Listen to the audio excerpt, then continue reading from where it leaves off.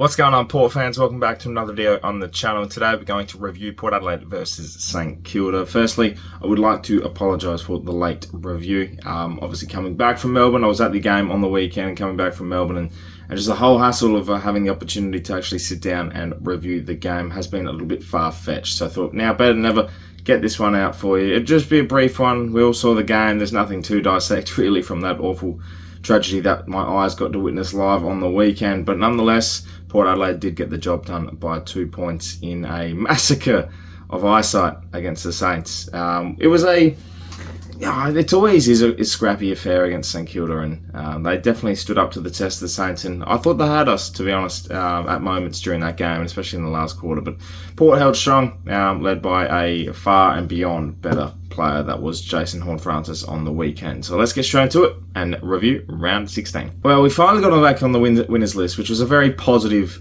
thing, I think, for Port Adelaide.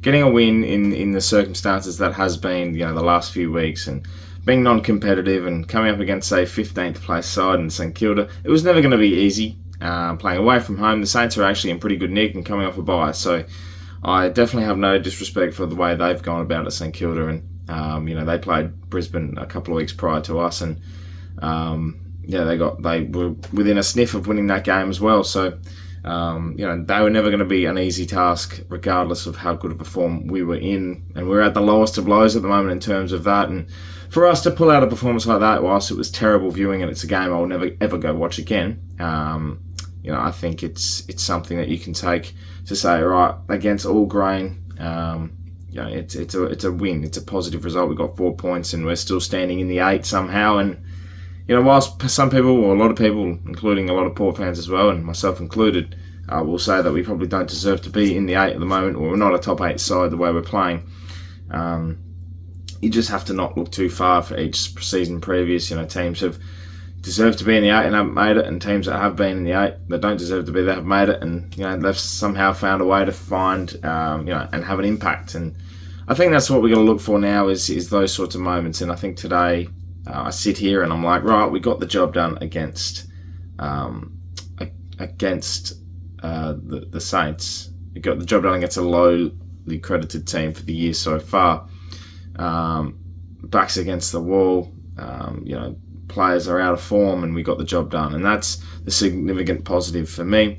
I think it's highlighted by the emotions shown by Ken Hinkley after the game. It's been a big couple of weeks. There's been a lot going on, and it's been a tough time to be, Port fans and Port people linked with the club and anything, because we've sat here and given us, they've given a lot of messages, and it's been well received and not well received, and a lot of negativity around the club at the moment, and there still is, considering that result. But it's amazing how much the shift of a win will change the mindset, and I hope it has a positive benefit to say, right, we did that playing the worst football we've played all year, and we still got the job done. 8 goals, 14 doesn't do it justice. Our goal kicking was shit, under a roof. But we sit here and we're like, okay, reset now. We got that win, and we can bounce back. I think that overall mentality will help us in the long run. We're not going to do anything this year going by what we're currently putting out. That's fine. I'm happy to accept that.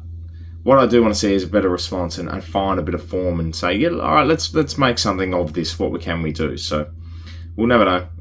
We'll see how it goes 1 week at a time. But for now, we sit here, we got the job done against the Saints, and that's all we really asked for, really, isn't it? Just want to highlight a few things. I don't want to make this a massive review with the Dogs focus heavily in favour this week, but I want a couple of highlights. Jason Horne-Francis, obviously an exceptional footballer, played his best game. One of his best games this year. His class was well above everyone else, which was great to see, and I really enjoyed watching him put on a live performance like that. I thought the job that Brandon Zerk-Thatcher did on Max King was absolutely exceptional. He made him look second-rate, and it was just amazing. His positioning of the body, his one-on-one capacity to win that task against a highly talented forward. This guy's no pushover, Max King. And whilst the Saints fans don't seem to be enjoying it too much with what he's putting out, there has been a lot of times where people have questioned Brandon Zerk-Thatcher's ability to defend one-on-one, and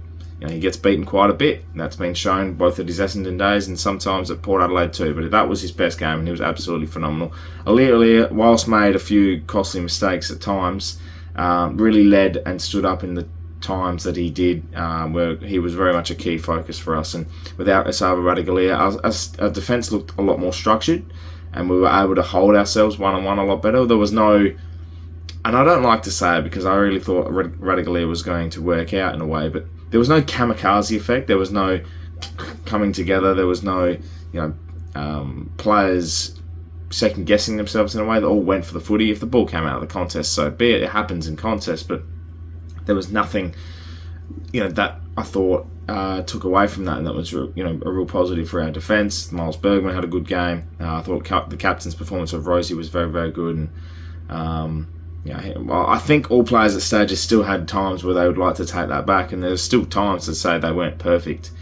And we're far from anything to say we're even considered a 7 out of 10 team at the moment. But I think there's certain performances there. And even the kids, I thought Lorenz, when he came on to play his first game, had composure with his 4 touches. I thought Logan Evans was very, very good in patches as well. Kicked his first goal, which is a massive congratulations. And the composure of that moment when everyone else is missing, for him to come out and go, all right, I'm going to slot this. He read the play really well, slotted back a 20-metre set shot, put us in front, gave us a buffer. And that just, all of a sudden just allowed us to play a bit more freely. And a massive positive is that. And I think each player had certainly had their patches, but there's still nothing, I think, that suggests that they can say they're back to what they were. But overall, I'm happy with certain players' performances. I think the team has a lot to take on, but the emotion of that game, I think, definitely stood up. And I think the boys experiencing a win against the grain, against the magnitude of what this season's been so far and what the last couple of weeks have been, I'll give them some credit. That definitely takes a lot of guts to come out and do it scrappy. Like we have these wins throughout the year where we just find a way.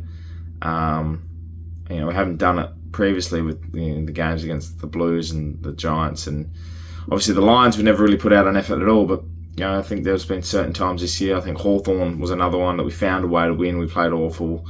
It's been a story of the year where we're sort of scrapping our way through, but finding a way to win. So if we ever get a sniff, we have that opportunity, and I think that's very well done by Port. And I'll give them some credit. It's good to feel like we, whilst it was a terrible game to watch and something, as I mentioned before, I'll never watch again.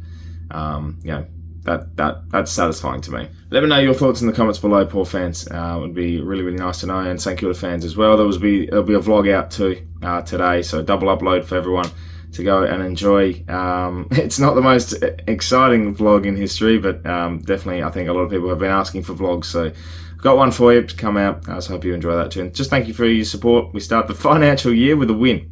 How exciting. No, we ended the financial year with a win, and now we start the new financial. It's got nothing to do with the financial year, really. We're round 17 of the season this week. But, hey, subscribe to the channel if you're new for plenty more Port Adelaide content to come your way. My name's Anthony, and as always, ThePear.